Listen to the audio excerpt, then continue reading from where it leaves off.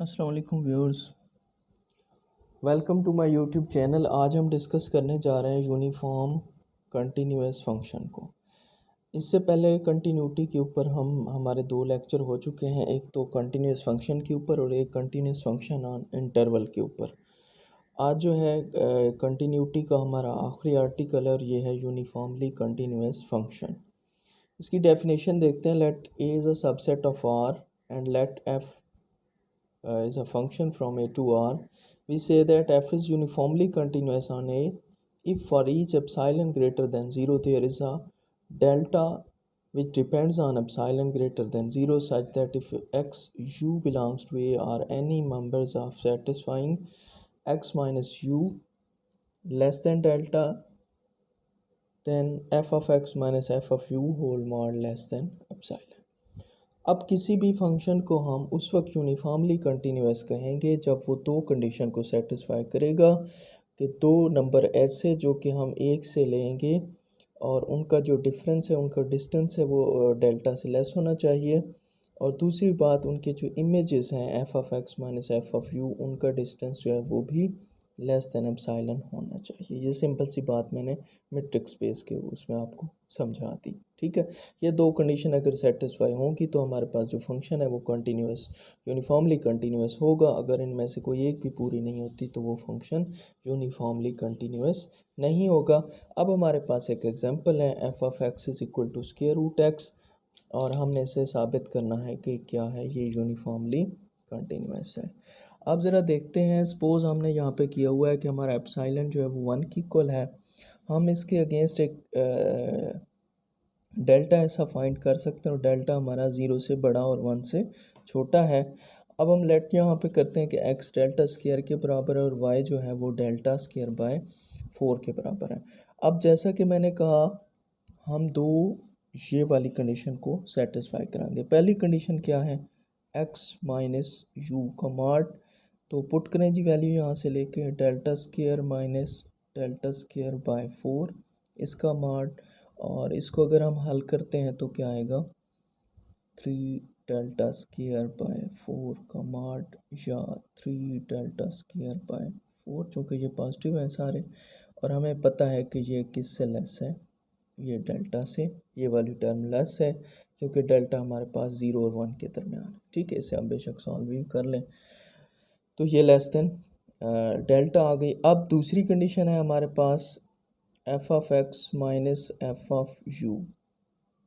Okay, अब f of x square root x है तो इसकी जगह वैल्यू पहले एक्स की पुट करेंगे, फिर माइनस, फिर वाई की वैल्यू। तो पुट करें जी, एक्स की वैल्यू पुट की, फिर किसकी वैल्यू पुट करेंगे, फिर हम पुट करेंगे वाई की वैल्यू। ठीक, अब यहाँ पे देखते हैं क्या बनता है।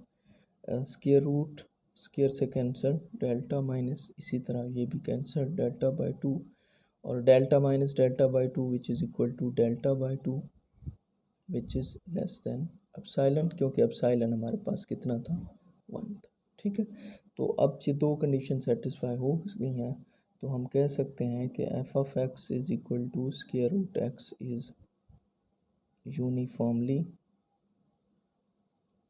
कंटिन्यूस।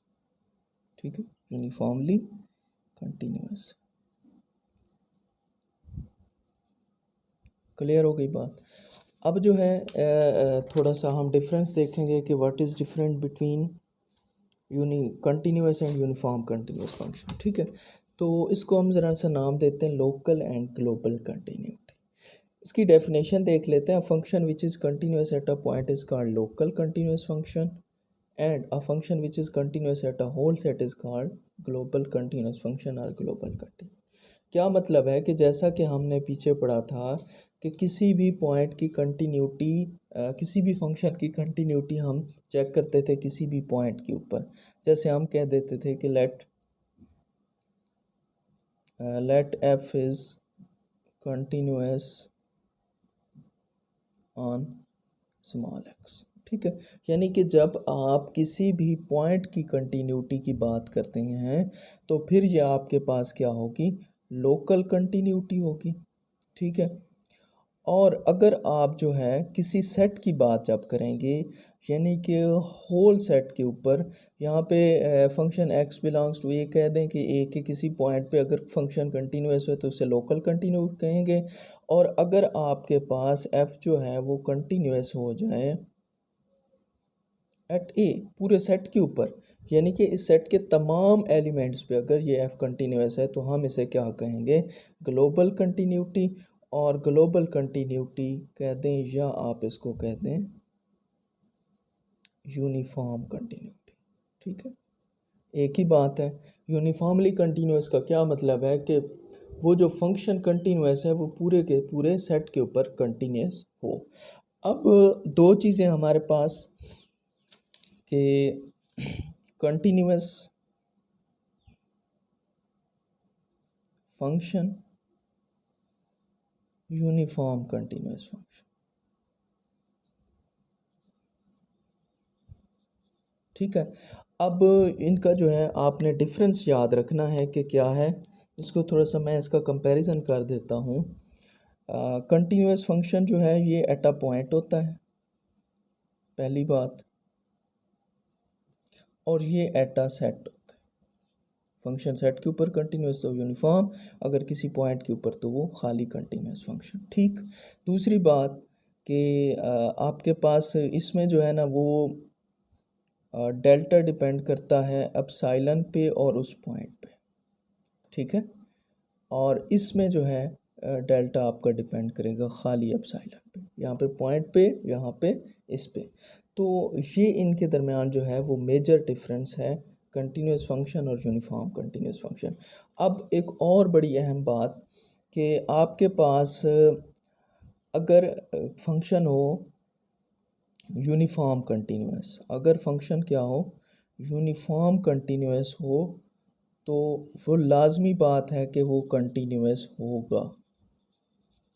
वो क्या होगा, कंटिन्यूस। अगर यूनिफॉर्म कंटिन्यूस है तो इसका मतलब वो कंटिन्यूस लाजमी होगा। और इसी तरह अगर वो कंटिन्यूस है, कंटिन्यूस फंक्शन है, तो उसके लिए ये लाजमी नहीं है कि वो फिर यूनिफॉर्म कंटिन्यूस भी हो।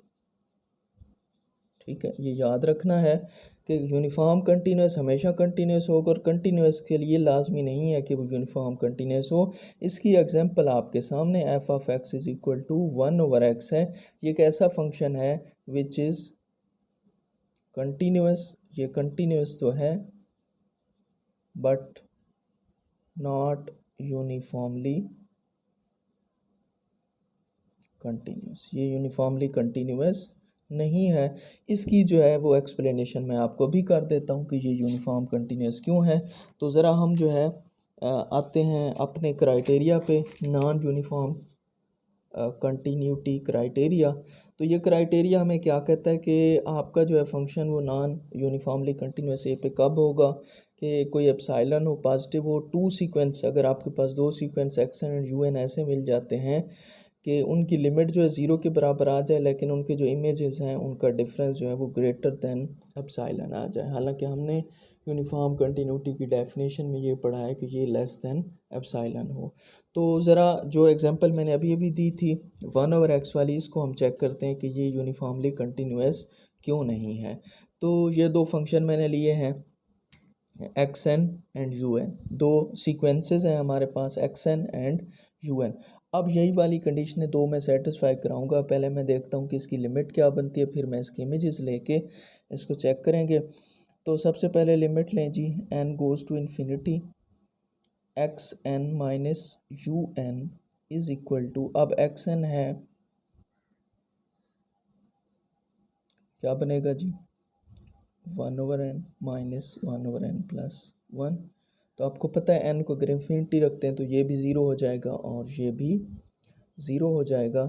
तो आपके पास आंसर क्या होगा, ज़ीरो। ठीक है, पहली कंडीशन सेटिस्फाई होगी कि इनकी जो लिमिट ली है वो किसकी इक्वल आ गई, ज़ीरो की इक्वल। अब दूसरी कंडीशन इसके ऊपर सेटिस्फाई करवाते हैं, f of x n minus f of u n, इसके ऊपर सेटिस्फाई करवाते हैं। अब क्या है हमारे पास फंक्शन जो है, सॉरी यहाँ पे आप जी ऑफ एक्स लिखते हैं क्योंकि हमने जो फंक्शन है वो जी में लिया हुआ है। तो 1/x की जगह एक्स एन की कीमत पुट करेंगे तो क्या बनेगा, 1/x की जगह क्या आ जाएगा, 1/n माइनस इसी तरह 1/un की जगह क्या आ जाएगा, 1/n+1 मॉड। अब इसको हल कर लेते हैं, डबल बट्टे के नीचे ऊपर चला जाएगा माइनस, ये क्या बनेगा n+1, और इसको जब हम फर्दर सॉल्व करते हैं तो ये बन जाएगा n-1 which is equal to -1, और -1 का मॉड क्या आ गया, 1 की इक्वल आ गया। तो आप यहाँ से देख सकते हैं कि g(xn माइनस g(un) ये ग्रेटर देन किसके हैं, एप्सिलॉन के हैं। तो यहाँ से हमने ये साबित कर दिया कि जो हमारे पास g(x is equal to 1/x है, ये क्या है, नॉट या नॉन यूनिफॉर्म कंटिन्यूस फंक्शन है, क्योंकि कंटिन्यूस तो है नहीं लेकिन यूनिफॉर्म नहीं। ठीक हो गया। इस तरह की और भी बहुत सारी आप काउंटर एग्जांपल दे सकते हैं। अब जो है चंद रिज़ल्ट्स आपके साथ डिस्कस करने हैं, बहुत ही इम्पोर्टेंट हैं, जस्ट फॉर 1 मिनट। और इसमें एक हमारे पास थ्योरम्स हैं ये सारे कि let I be a closed bounded interval and let f is function from I to R be continuous and I then f is uniformly continuous. हाँ, अगर आपको ऐसा हो जाता है कि आपका जो बाउंडेड इंटरवल है वो क्लोज्ड भी और बाउंडेड भी हो, दो कंडीशंस कि आपका इंटरवल क्या हो, क्लोज्ड भी हो और बाउंडेड भी हो, और आपके पास जो फंक्शन है वो क्या हो, कंटिन्यूस हो, तो फिर आपके पास जो एफ है वो क्या होगा, यूनिफॉर्मली कंटिन्यूस होगा। ठीक है, ये एक अहम बात, यानी कि क्या हो, आपके पास जो इंटरवल है वो क्लोज्ड भी हो, बाउंडेड भी हो और फंक्शन कंटिन्यूस हो, तो उस ओवरऑल उसको हम क्या कहेंगे कि वो फंक्शन यूनिफॉर्म कंटिन्यूस है। और एक और है कि let a subset of R, और फंक्शन हमारा ए टू आर है, अगर हमारे पास कोई कांस्टेंट ऐसा मिल जाता है कि f of x minus f of u whole mod less than k into x minus u, तो इसको हम क्या कहते हैं, लिप्स-चिट्स फंक्शंस कहते हैं। और अगर कोई हमारे पास लिप्स-चिट्स फंक्शन हो तो वो क्या होता है, यूनिफॉर्म कंटिन्यूस होता है। ये आपको पता होना चाहिए कि ये मीन वैल्यू थ्योरम की एक फॉर्म है। किसकी फॉर्म है, मीन वैल्यू थ्योरम की, वेयर एफ एक्स के is equal to f prime of x, यानी कि अगर यहाँ पे एफ प्राइम ऑफ एक्स होता और इक्वलिटी होती तो वो हमारे पास क्या बन जाता, मीन वैल्यू थ्योरम बन जाता। ये उसकी एक जो है वो फॉर्म है, और इसे हम नाम देते हैं लिप्स-चिट्स फंक्शंस का। और अगर कोई फंक्शन लिप्स-चिट्स फंक्शन हो तो वो क्या होता है, यूनिफॉर्मली कंटिन्यूस होता है। अब लास्ट पे बहुत ही अहम बात, बहुत ही अहम रिज़ल्ट, कि अगर हमारे पास फंक्शन ए टू आर है, कंटिन्यूस है, यूनिफॉर्मली कंटिन्यूस है, और एक्स एन जो है वो काशी सीक्वेंस है, तो एफ ऑफ एक्स एन जो है वो काशी सीक्वेंस होगा किसमें, आर में। यानी कि अगर हमारे पास फंक्शन जो है वो यूनिफॉर्मली कंटिन्यूस हो और एक्स एन जो है वो काशी सीक्वेंस हो ए के अंदर, तो उसका जो इमेज है उस सीक्वेंस का वो काशी सीक्वेंस होगा आर के अंदर। अब वही वाली एग्जांपल लूँगा, f of x is equal to 1/x, और ये कंटिन्यूस नहीं है, जैसा कि हमने कहा था कि ये यूनिफॉर्मली कंटिन्यूस नहीं है। अब ऊपर वाले थ्योरम को मैं अप्लाई करके आपको समझाता हूँ कि ये कंटिन्यूस फंक्शन क्यों नहीं है। ठीक है, तो आपको पता है एक्स एन अगर मैं लेता हूँ तो वो क्या है, काशी सीक्वेंस। पता है हमें x n is equal to 1/n क्या है, काशी सीक्वेंस। अगर आपको काशी सीक्वेंस का नहीं पता तो मेरी रियल लाइन की, रियल नंबर की या रियल एनालिसिस की प्लेलिस्ट में जो है वो काशी सीक्वेंस का आप लेक्चर देख सकते हैं।